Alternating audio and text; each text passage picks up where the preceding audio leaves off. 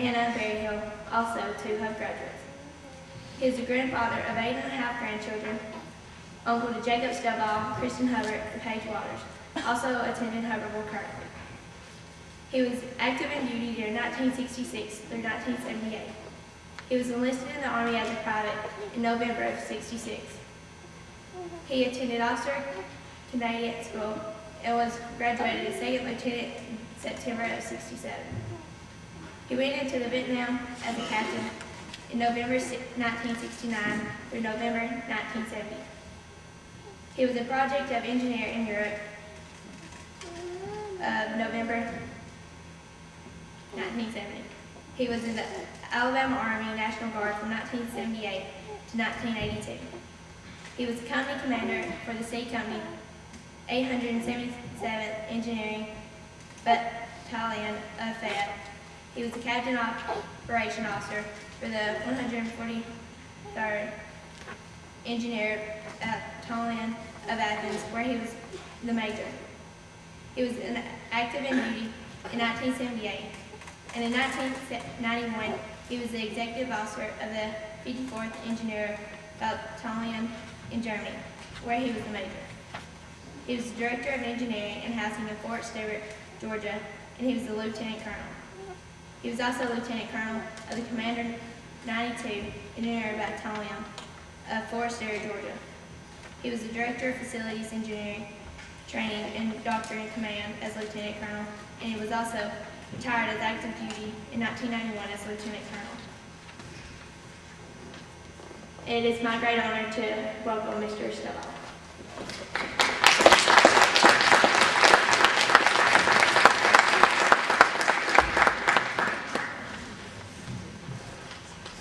Thank you, Katie. Military terms and organizations are hard for the uninitiated, but you did a great job and I appreciate the introduction. Mr. Lawler asked me to speak about a topic that he was interested in, and one that any of us that are Vietnam veterans lived through. And that was, what was it like to come home from the Vietnam War?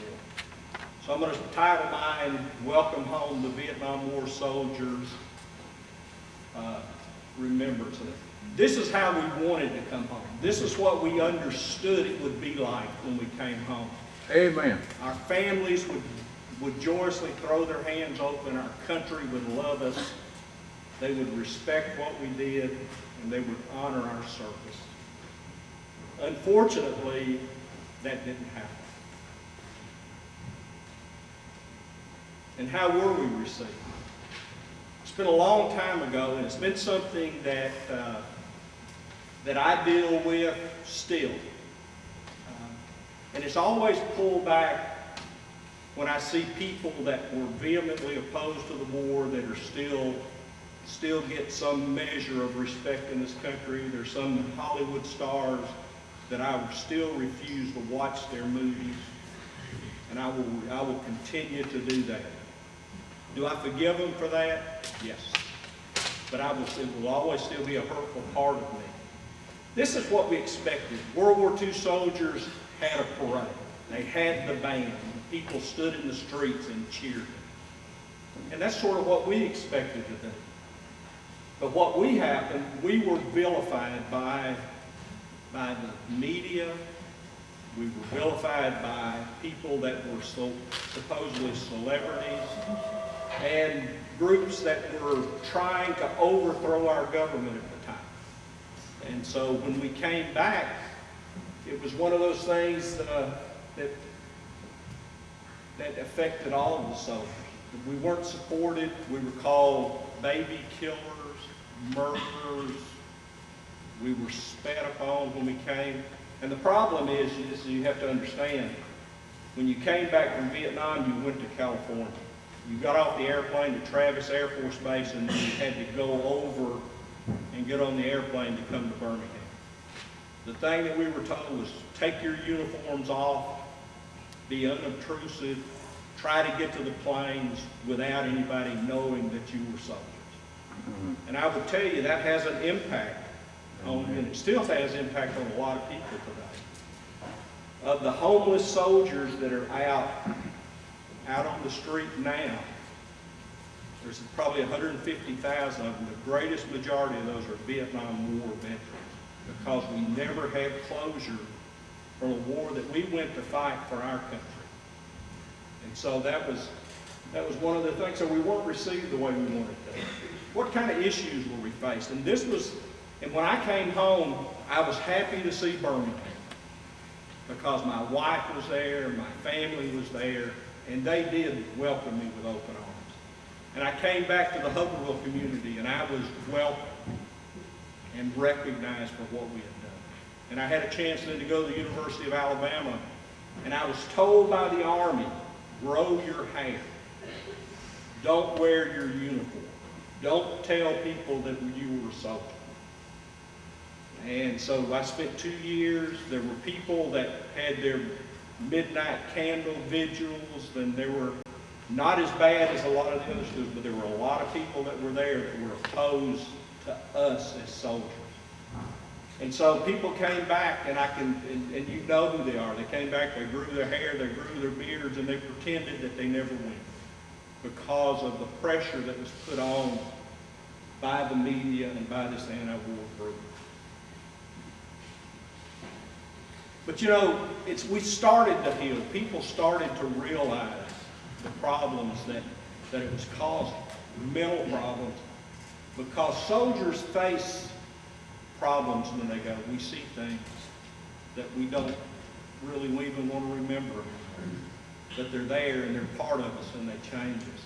But we finally had our own memorial that was there. We have the wall now that has all the names of the soldiers that we recognize, but it took many years to get to that point. Many of the people that experienced that war never got to see those things, and they died without getting the respect and honor from their country that they deserve.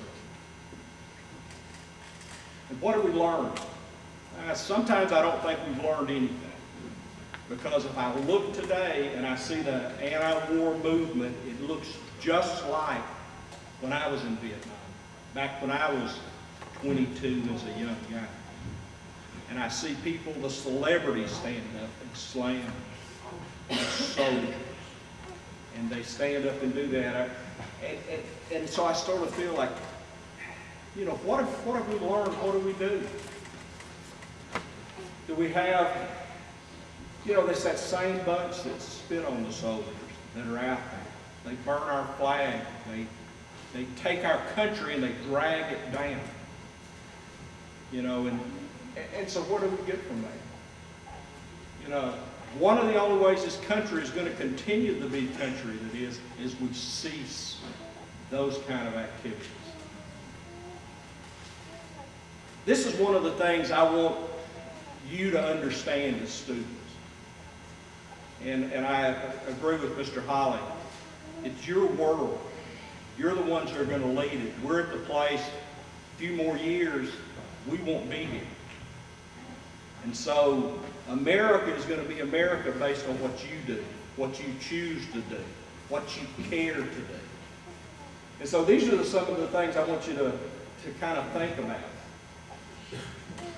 No matter, and this is sort of the things you have to understand about soldiers.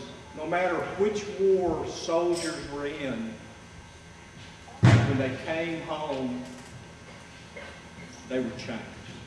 And one of the things, they saw things that normal people never get to see. We see things and we do things that we would normally never do. But we do them for our country, we do them for our fellow soldiers, we do them for our families that are back here. And those soldiers that are there were willing to make the ultimate sacrifice. And you can go through any cemetery in this county and you'll see the bronze plaques from the soldiers that died. And they didn't ask why. They got up and they went. And they did what their country asked them to do. Just like you're supposed to do when that time comes. Because we pointed out very well, freedom is not free. And if you're not willing to fight for it, you will lose it. And you will lose it very quickly.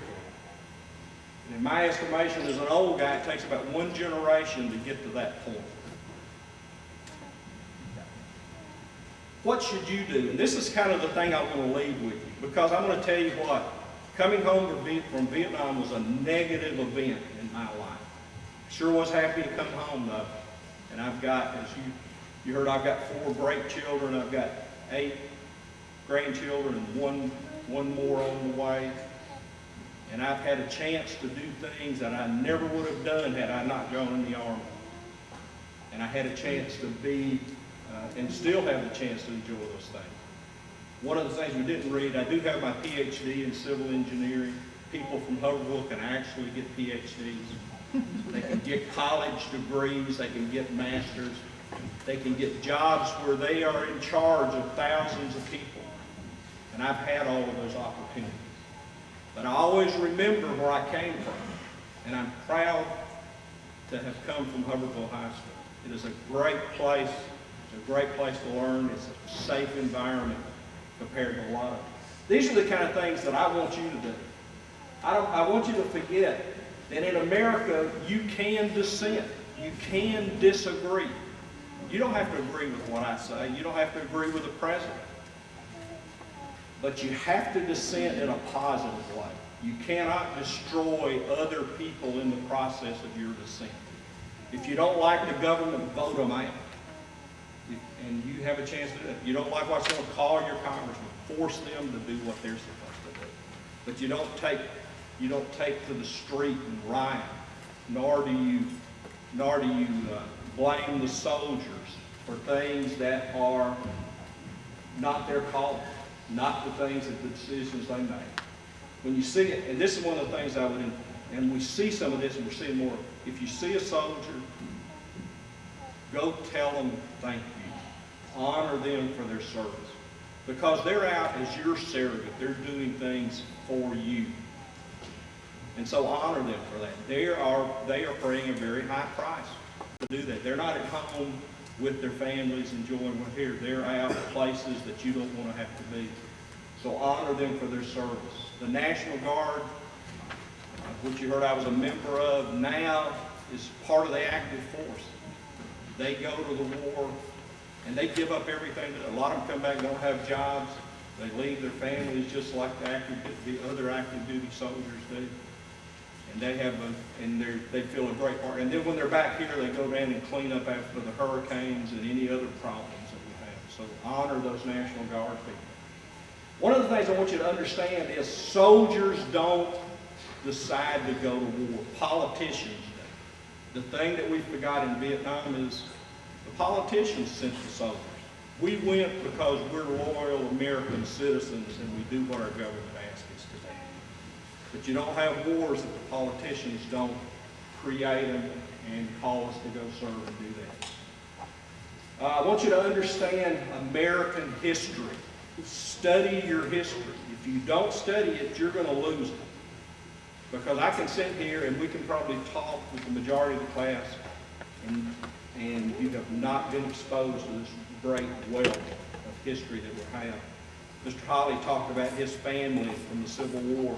My family fought in the Revolutionary War. We fought in the War of 1812. We fought in the Civil War. We fought in World War I. We fought in World War II. We fought in Korea. We fought in Vietnam.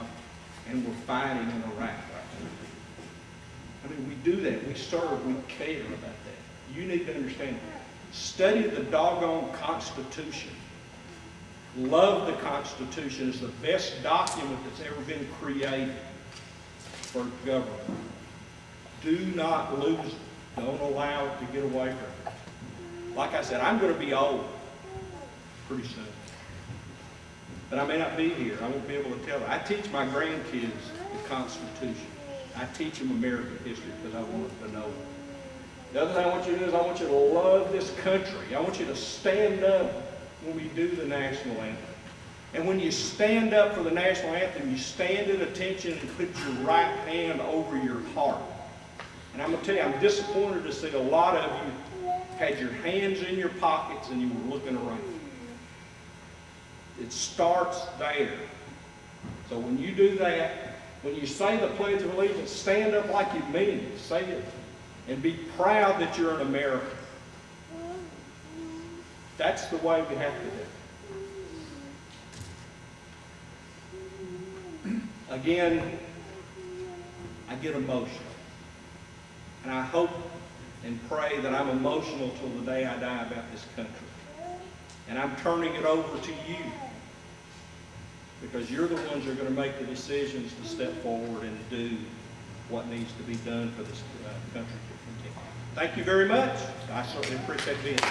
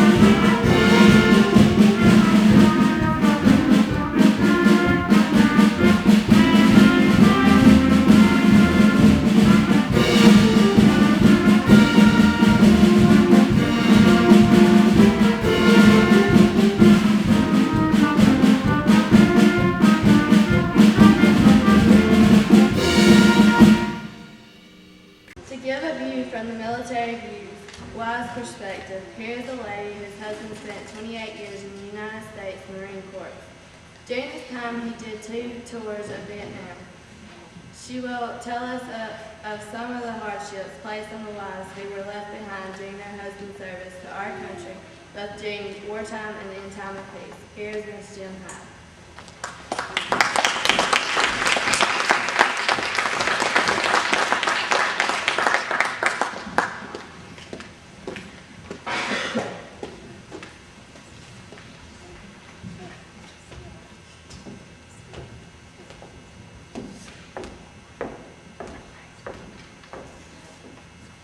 Good morning, everyone. Morning. And I'd like to thank everyone for being here today. And also I want to thank the veterans taking care of us in the hard times as well as the bad. And it's not been easy being a wife of a Marine. My husband was born in Oakland, Alabama, and he graduated from high school in Oakland. We had a career of 28 years in the Marines, 2 years in the Army. He was in the Army first, and then he decided he just couldn't stand it. He had to have that Marine Corps uniform, and he had to be different. We were blessed to have one daughter. She is now enrolled at the University of Alabama, getting her master's degree. So I guess you would say she was a Marine brat. We had several duty places throughout the country. When we married, we didn't marry to live at home. We married and moved away. So for 42 years, I was not a resident of Alabama, but I still had the need to come back home, and so I was fortunate enough that we have bought a home in Tuscaloosa and now reside there.